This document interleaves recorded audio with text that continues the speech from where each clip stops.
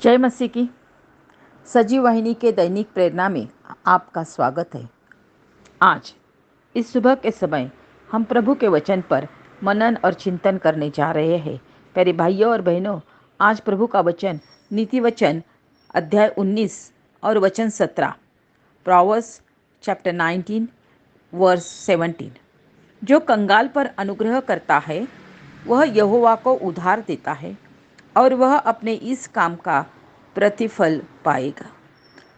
आज देने के बारे में, जो गरजवंत लोग हैं उनके ऊपर अनुग्रह करने के बारे में परमेश्वर हमसे बात करना चाहता है।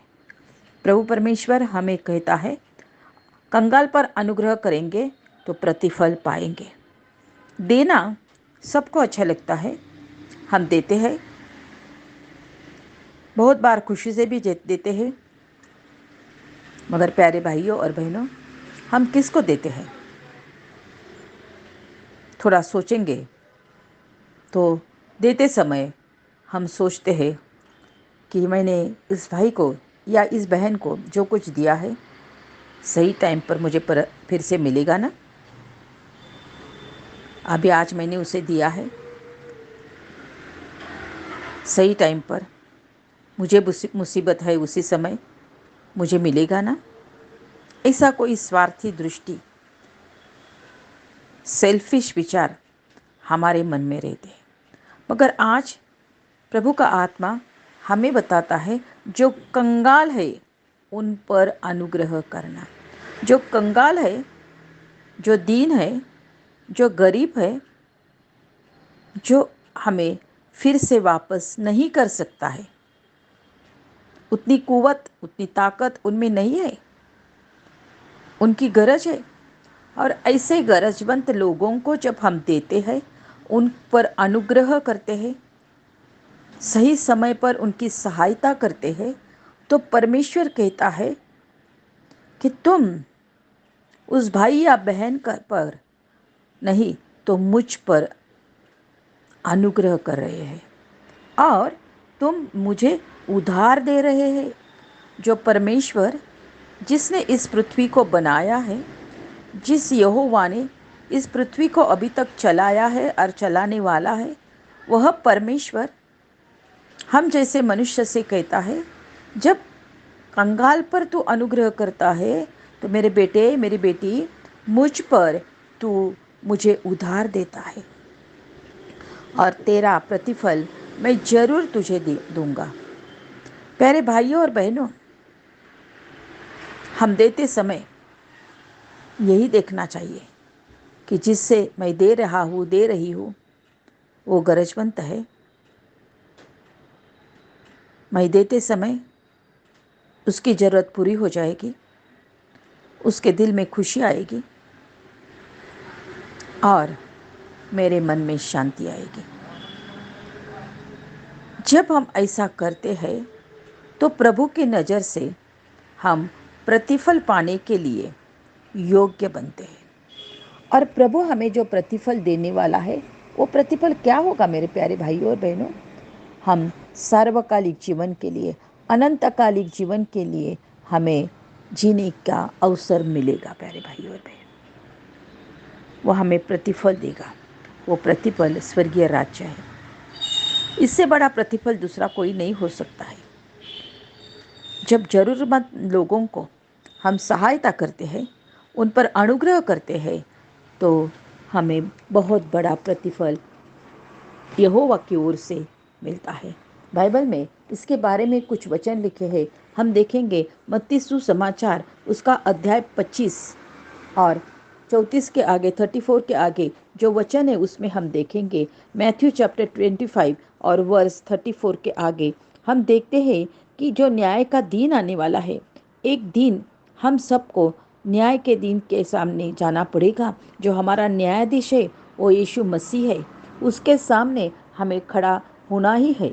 और उसी समय जब हमारा न्याय करने का समय आएगा तो प्रभु हमसे कैसी बातें करेगा, इसका वर्णन बाइबल में किया है। प्यारे भाइयों और बहनों, वचन कहता है तब राजा कौन है? प्रभु यीशु मसीह।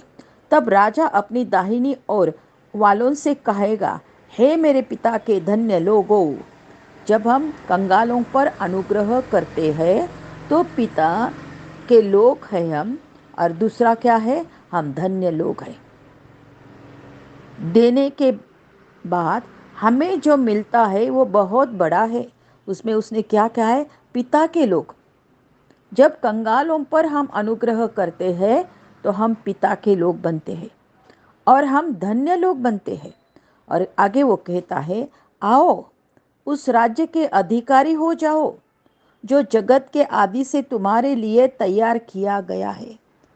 देने से, पृथ्वी पर जरूरतमंद लोगों को सहायता करने से प्रभु क्या बोलता है, तुम अधिकारी बन जाओ। कहाँ के अधिकारी? उस राज्य के। कहाँ है वो राज्य? स्वर्ग में, जो राज्य हमारे लिए तैयार किया गया है।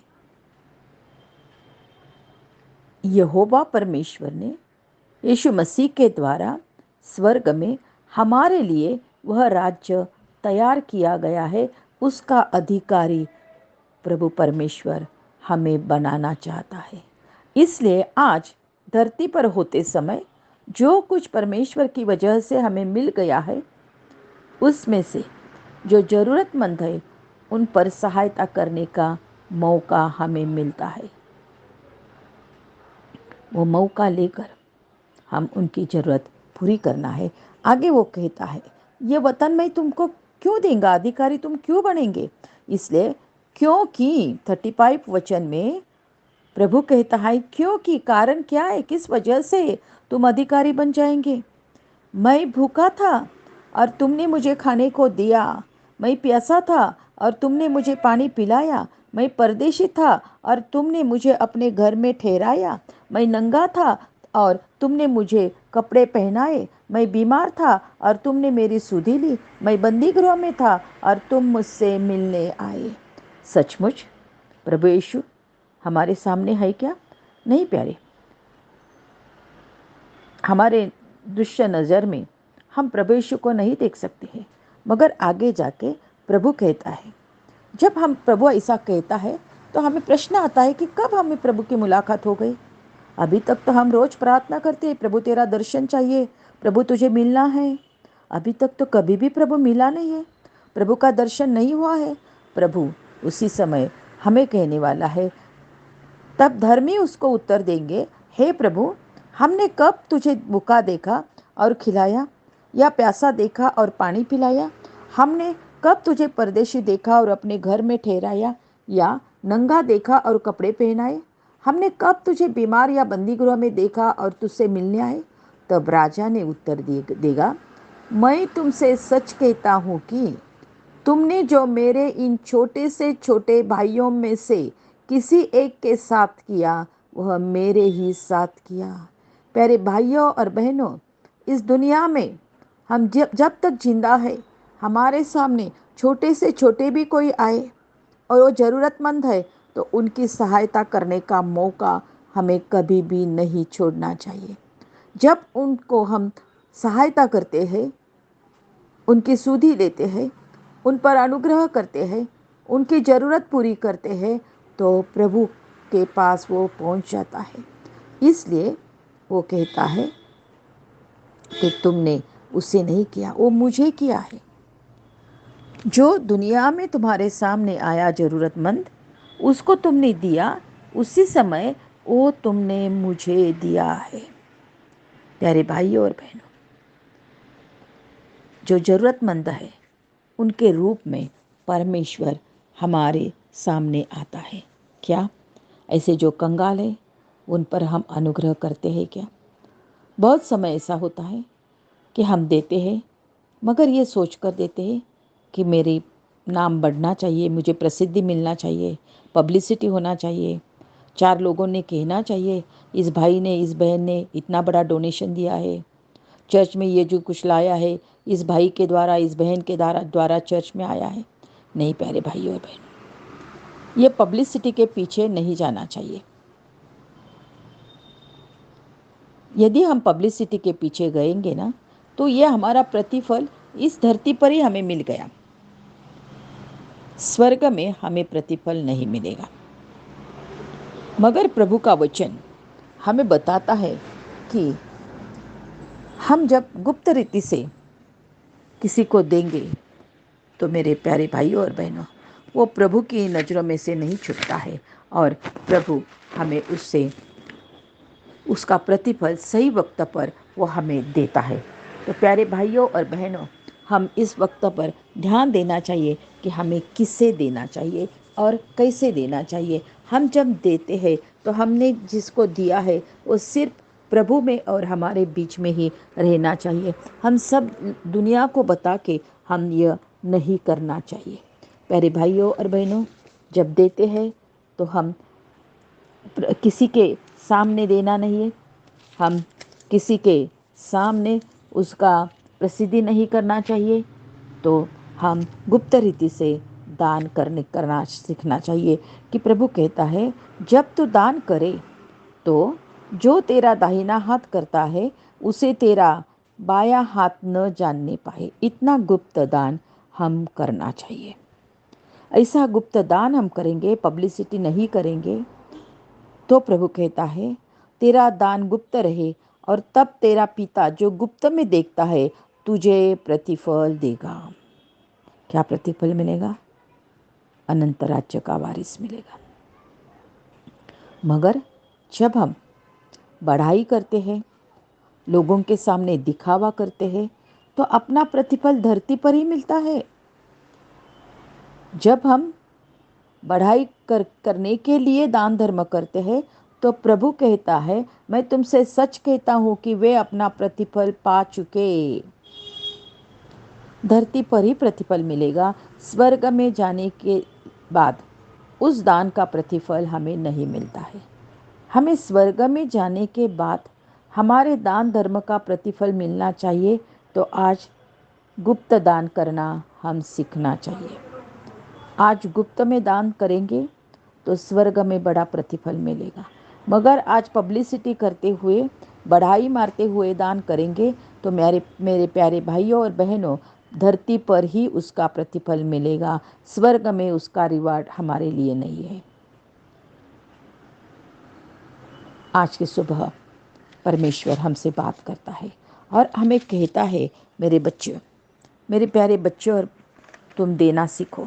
जो कंगाल है उन पर अनुग्रह करो और वह अनुग्रह करते समय वो गुप्त अनुग्रह करो।